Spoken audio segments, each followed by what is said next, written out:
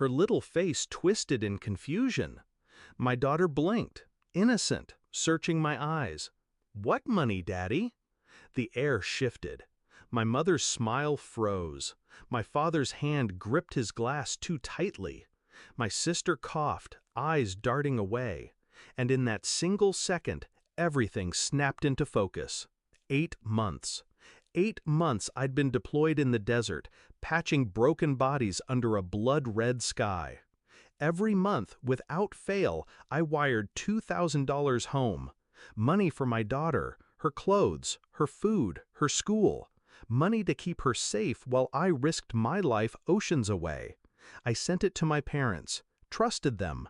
They insisted it was easier that way, said they'd watch over her, keep her stable while I was gone. I believed them, because family was supposed to mean trust. And here, in my own living room, with the smell of pine and roasted ham thick in the air, my daughter's words carved me open. What money? I didn't yell, didn't flip the table or demand answers. I just looked at each of them, my father pale, my mother trembling at the edges, my sister suddenly fascinated with her phone.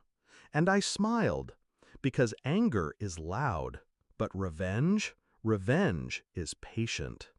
That night I stayed awake long after the house was quiet. My daughter slept soundly in the room I painted for her years ago. She had no idea of the theft, the betrayal, the way her blood family had siphoned her future to line their pockets. But I knew, and I didn't waste a second. First, the accounts. I still had the receipts, the bank confirmations of every transfer.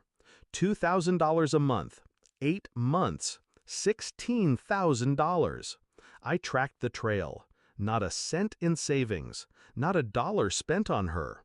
Instead, charges for jewelry, hotel suites, business investments that traced directly to my sister's name, my father's gambling markers, my mother's spa treatments. They thought distance meant blindness. They forgot discipline is my profession. I called in favors, the kind of favors only someone who spent years in service earns.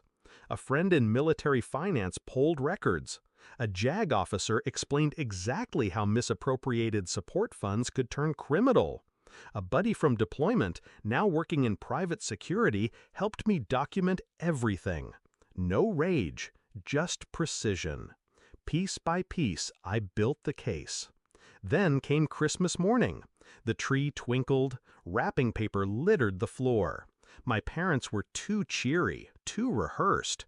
My sister laughed too loud, trying to fill the air. And then, a knock at the door. 3 uniformed men stood outside. 1 federal agent, 2 local officers. I didn't move. I just sipped my coffee as they stepped inside. My father's face collapsed when the warrant was read. My mother's hands shook when they cuffed her. My sister tried to run until the agent snapped, "Sit down." And my daughter, my sweet, confused little girl, watched from the stairs. I looked at her, calm, steady. "It's okay, sweetheart. Daddy's here now." The agents laid out the evidence in folders thick as Bibles.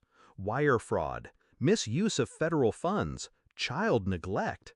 Every receipt, every dollar, every lie. My parents stammered, my sister sobbed, but the truth was unshakable. And the irony? I didn't even have to press charges. The government did it for me. Because that money wasn't just mine, it was military pay allocated for my dependent. Stealing it wasn't just betrayal, it was a crime. The house went silent after they were taken.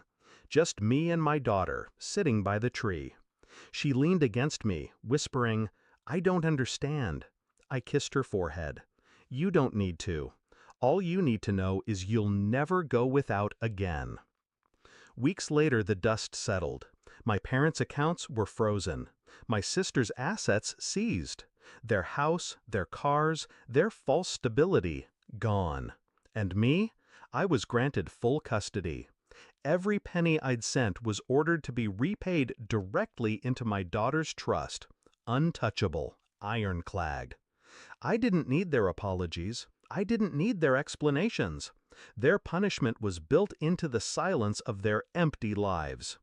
Now, every Christmas, I remember that night. The knock at the door. The way their faces drained of color when their lies collapsed around them.